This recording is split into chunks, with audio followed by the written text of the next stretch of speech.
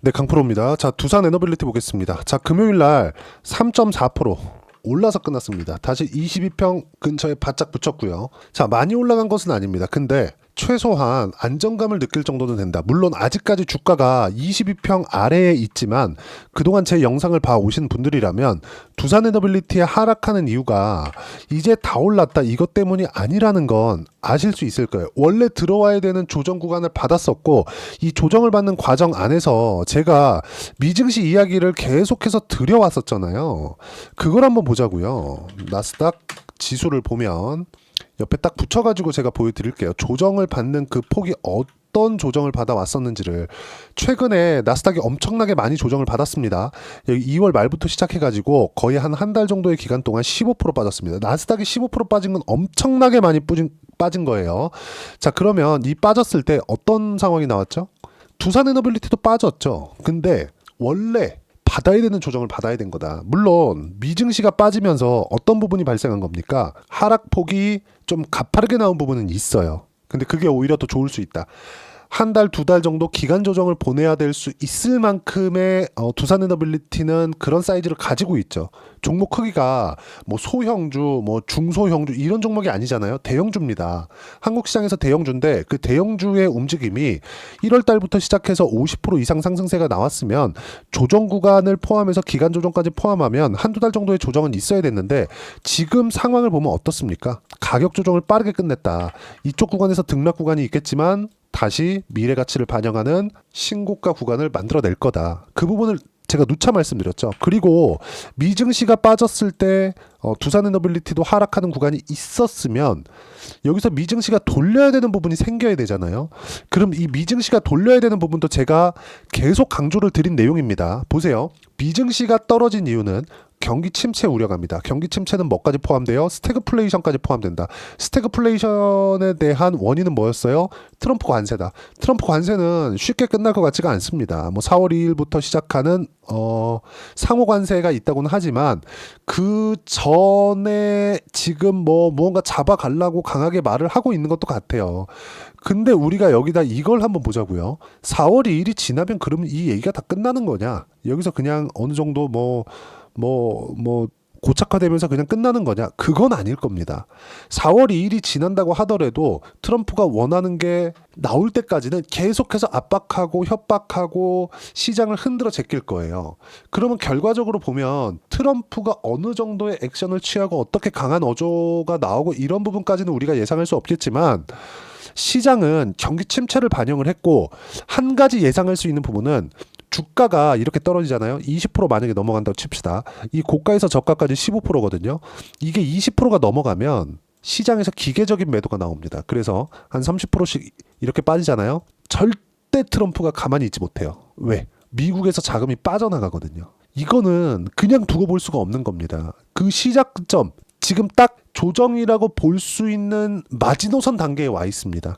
한국 시장에서 지금은 조금씩 좋아지고 있는데 24년 말까지 해서 한국 시장에 수급 떨어진 거 봐요. 나스닥이라고 안 그럴 것 같아요. 아무리 세계 최고의 기업이 있다고 하더라도 이건 어쩔 수가 없는 겁니다. 그렇죠? 그리고 경기 침체가 온다는데 계속한 기술 투자를 만들어낼 수 있어요? 그 자체 불가능하죠. 어쩔 수 없이 정부 자금이 들어가야 되는데 이런 부분들까지 감안하면 나스닥이 하락한 이유는 앞으로 다가올 경기 침체를 먼저 반영한 결과입니다. 근데 경기 침체가 왔어요? 안 왔어요. 그렇죠? 근데 주가는 빠졌다. 무슨 얘기냐? 이제부터 바닥 구간이 나올 거고 기술적 반등 최소한의 이 그 반등 구간이 있겠지만 그 구간만 하더라도 두산 에너빌리티의 주가는 당연히 반등한다는 거죠. 근데 두산 에너빌리티가 올라간 이유 자체는 어떤 부분 때문이에요? AI 때문이다. 그쵸?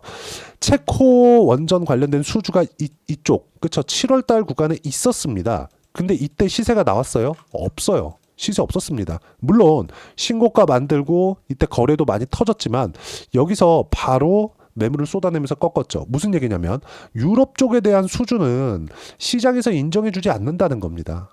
이 두 가지 이슈가 있는데 여기서 체코 원전 관련된 내용 이번에도 체코에 대한 수주가 나올 겁니다. 긍정적인 발표가 나올 거예요. 근데 우리가 이걸 보자고요. 이때 체코에 대한 수주 거의 한 30조 가까이 되죠. 했는데도 불구하고 주가 빠졌어요. 같이 나왔었던 게 뭐예요? 분할합병. 멀쩡한 밥캣을 떼다가 로보틱스에 붙이겠다잖아요. 박 회장의 농간, 경영진, 오너 일가의 농간 아닙니까? 지들만 좋으려고. 근데 이 내용까지도 지금은 안 됩니다. 상법 개정 통과됐죠. 상법 개정 중에서 앞으로 주주를 포함시킬 거야. 이것도 좋은데 이것보다 더 좋은 건 전자투표 의무화, 주총의 전자화, 의무화. 이게 최고입니다. 왜 그러냐면요. 자, 소액주주들이 모이잖아요.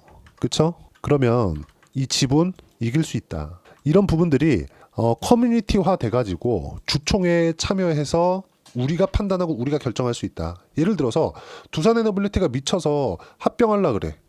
바로 안 돼. 이래버리면 끝입니다. 이런 부분들이 앞으로 생기게 되는 거예요. 그러면 지금 두산에너빌리티가 조정을 받고 있었던 이유는 뭐예요? 미증시가 떨어졌기 때문에. 근데 미증시는 떨어질 만큼 떨어졌습니다.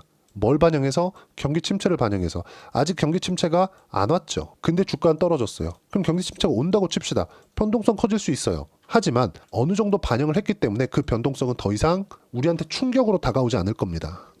그리고 미증시가 최소한의 안정 구간, 제가 시장 안정이 가장 중요하다 그랬잖아요. 그때 뭐가 나와요? 다시 반등 나오고 신고가 나올 겁니다. 그리고 미국 쪽으로 연결이 되어 있는 두산에너빌리티는 어디랑 연결이 되어 있습니까? SMR. 그쵸? 이게 어디예요? 뉴스케일 파워. 뉴스케일 파워가 SMR에 설계를 합니다. 그리고 주기기를 포함해서 설계에 들어가는 모든 내용들을 두산에너빌리티가 다 맡아서 해요. SMR의 영혼의 파트너다. 파트너가 되기 위해서 두산에너빌리티는 5년 이상 준비를 했고요. 이런 결과를 AI 시대가 오면서 맞춰지는 겁니다. 그리고 이걸 보자고요.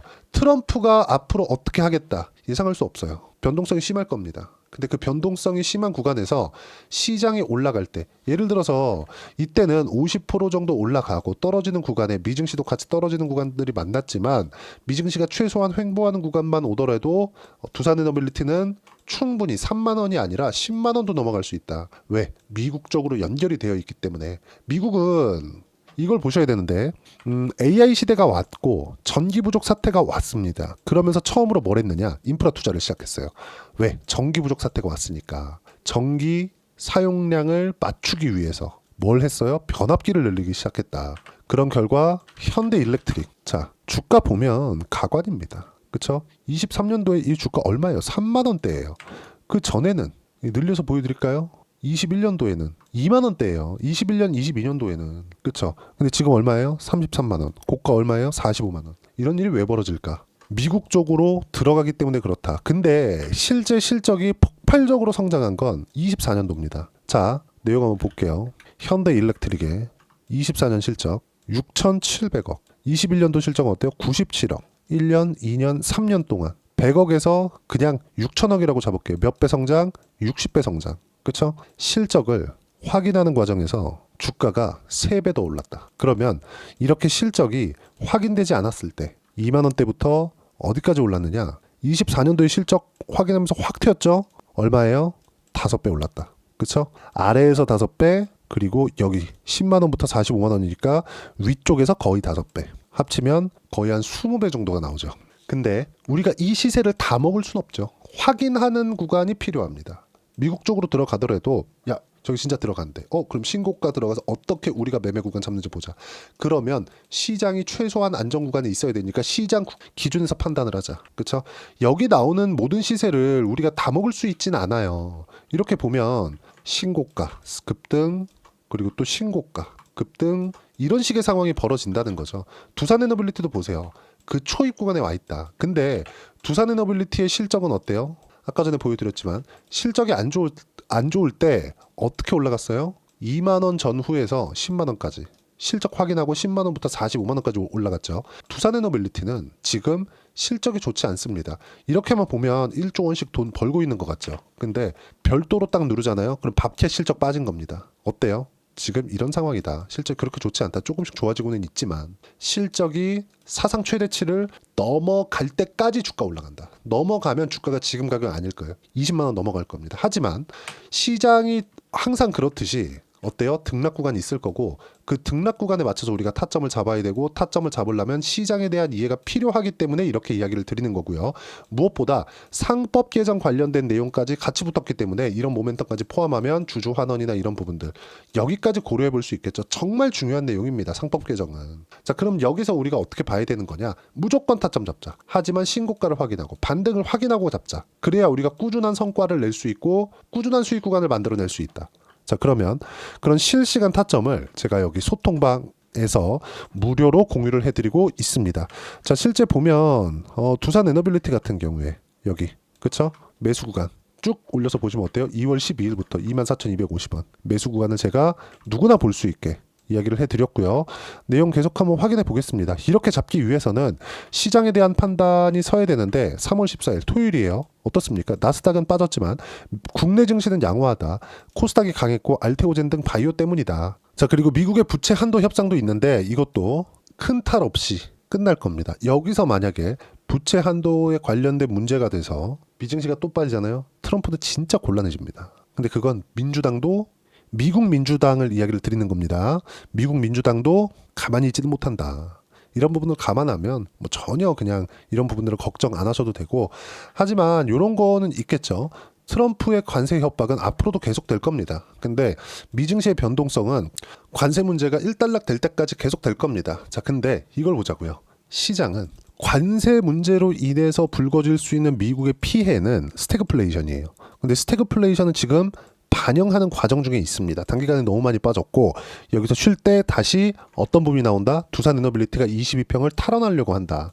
그럼 이 구간에서 우리는 뭘 봐야 돼요? 시장이 안정될 때, 즉 빠지다가 멈추고 또 빠지잖아요.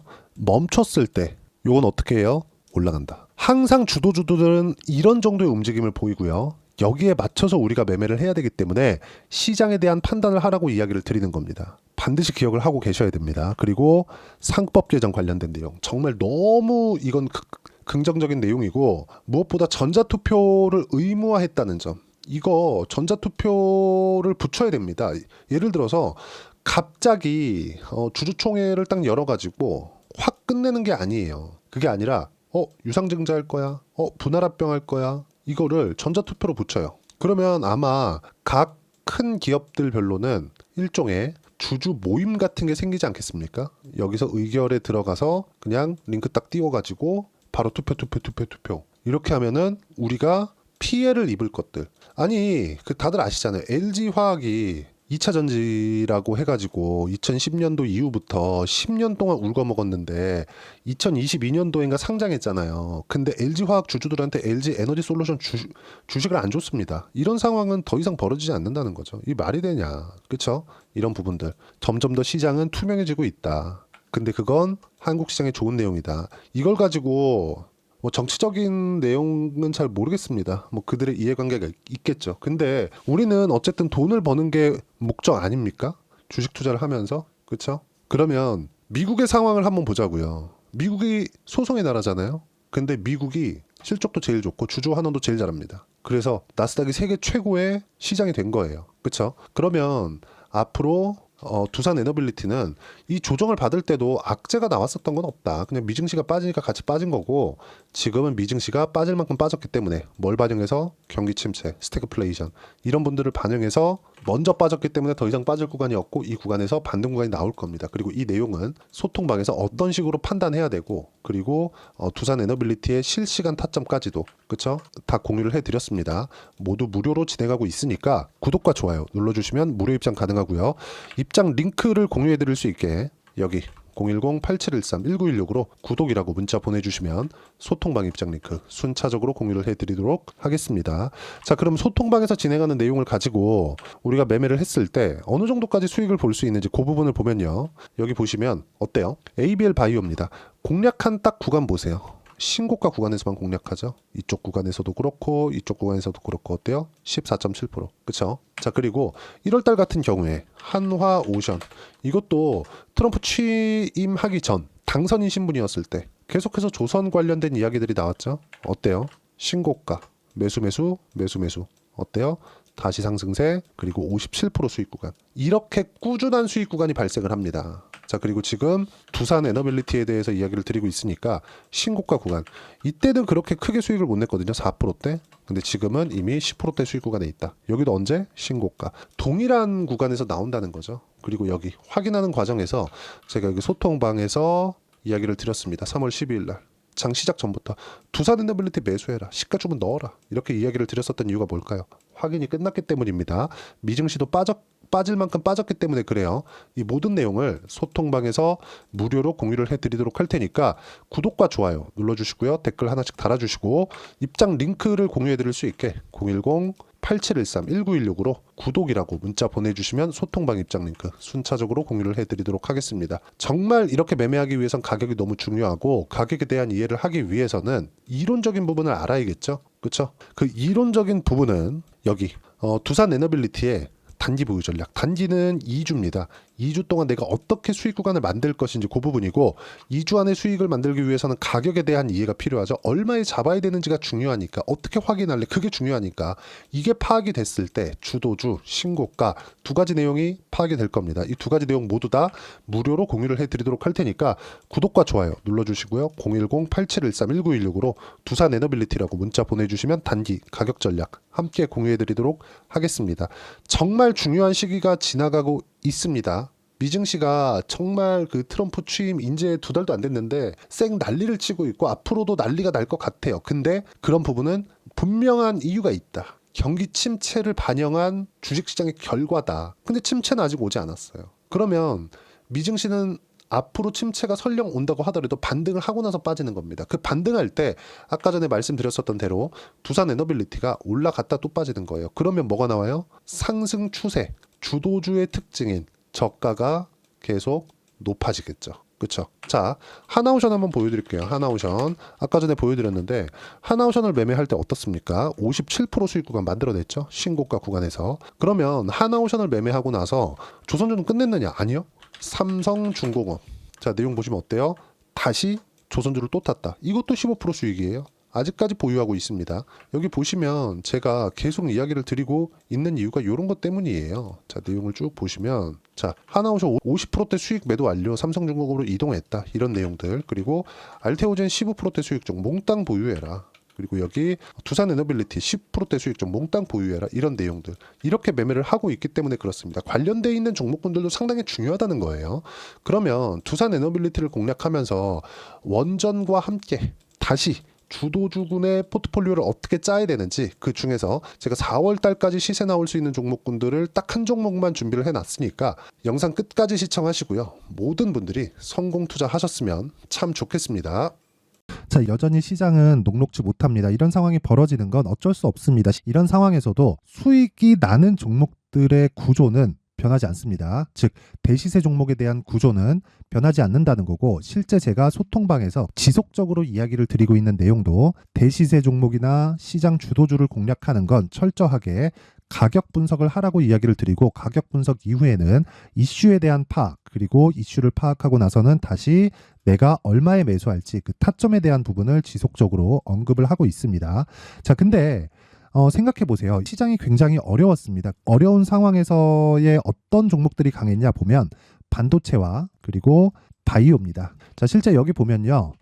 HLB에 제가 실제 매매한 내용을 띄워놓고 보여드리고 있는데 1월 22일부터 매매를 시작해서 4일 동안 31%의 수익 마감이 됐고요. 그리고 여전히 신고가 종목입니다. 자, 그리고 그 다음 어보브 반도체, 이름을 보시다시피 반도체 종목이죠. 그리고 AI 반도체는 지속적으로 강세를 보이고 있습니다. 이 종목도 신고가를 먼저 달성한 이후에 제가 21%의 단기간에 21%의 큰 수익을 내고 마감이 됐습니다. 다시 재공략을 준비하고 있고, 이런 부분은 소통방에서 다 공유를 해드립니다. 자, 그리고 코세스. 자, 코세스 같은 종목도 당연히 그쵸, 신고가 종목이고요. 그리고 반도체 종목입니다. 이 종목도 영업일 기준에서 이틀 동안 대략 한 15%의 수익 마감이 됐습니다.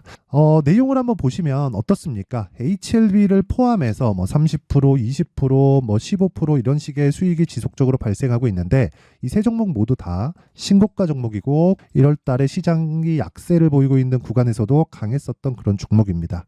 특징점이 하나 있는데 그 이슈에 앞서서 가격이 먼저 반영했다는 거죠. 그렇게 제가 가격을 먼저 보고 이슈에 대해서 파악하는 이유는 결과적으로는 큰 시세를 먹기 위한 사전 준비 작업입니다. 실제로 큰 시세를 먹기 위해서 사전 준비 작업을 했을 때 여기 레인보우 로보틱스 127% 그리고 ISC 98% 그리고 한미반도체 97%의 큰 수익을 내는 상황을 만들 수 있습니다. 어떤 식으로 소통방에서 진행됐는지 그쵸? 그 상황을 제가 이야기를 드린 건데 이런 상황도요 당연히 신고가를 공략했을 때 가능한 겁니다. 자 그러면 이번에도 마찬가지입니다. 그쵸? 정부 주도의 코리아 디스카운트 해소 방안이 2월 달에 발표를 하고요. 그리고 2월 달에 발표된 내용을 토대로 주가가 움직이는 게 아니라 이미 움직인 내용이 있죠. 실제 이 내용은 크게 중요한 게 아니라는 겁니다. 실제 움직인 내용을 보면 자 기아차입니다. 실제로 12월 달에 신고가를 만들어 놓고 정부에서 입김을 불어 넣으니까 순식간에 기아차를 포함해서 현대차 같은 거대 기업들의 주가가 2주도 채 되지 않아서 40% 정도의 큰 시세를 냅니다. 자, 그러면 우리는 어떤 종목을 봐야 될까요? 이슈를 파악해야 되는 것도 맞지만 철저하게 가격에 맞춰서 매매를 해야 되는 게 당연히 중요합니다. 정부가 주도하는 정책 방향이 있겠죠. 그 방향에 맞춰서 우리가 종목을 찾을 필요가 있다. 자, 그러면 답이 나왔습니다. 정부가 주도하는 방향에 맞춰서 제2의 기아차를 찾는 게 지금은 중요하다. 근데 정부 정책의 방향에 맞게 가자. 그랬을 때 앞서서 제가 보여드렸었던 내용인 여기 레인보우 로보틱스 127% 그리고 ISC 98% 그리고 한미반도체 97%와 같은 수익을 낼 수 있습니다. 물론 시간에 대한 부분은 최소 2주의 시간이 필요하고요. 그리고 최장 3개월 안에 끝내야 됩니다. 자, 기아차의 시세를 보셨던 것과 같이 2월 달에 정부 정책의 방향이 결정되고요. 바로 3월 달이면 시행입니다. 자, 그러면 우리는 거기에 맞춰서 당연히 종목을 찾아야 되고 제가 제2의 기아차를 찾아놨습니다. 제가 아까 전에 소통방에서 이야기를 드렸었던 내용 다 공개를 해드렸는데 그 내용처럼 종목만 받고 싶다 하시는 분들은요. 상단에 있는 제 전화번호로 대시세 자 대시세라고 문자를 보내주시면 정부 정책의 방향에 맞는 종목을 모든 분들에게 무료로 공개를 해드리도록 하겠습니다. 자, 제가 원하는 건 채널 성장이 목적입니다. 자, 그래서 구독과 좋아요 꼭 좀 부탁드리고요. 모든 분들이 정부 정책에 맞는 방향으로 매매를 이어가서 큰 수익 보셨으면 좋겠습니다.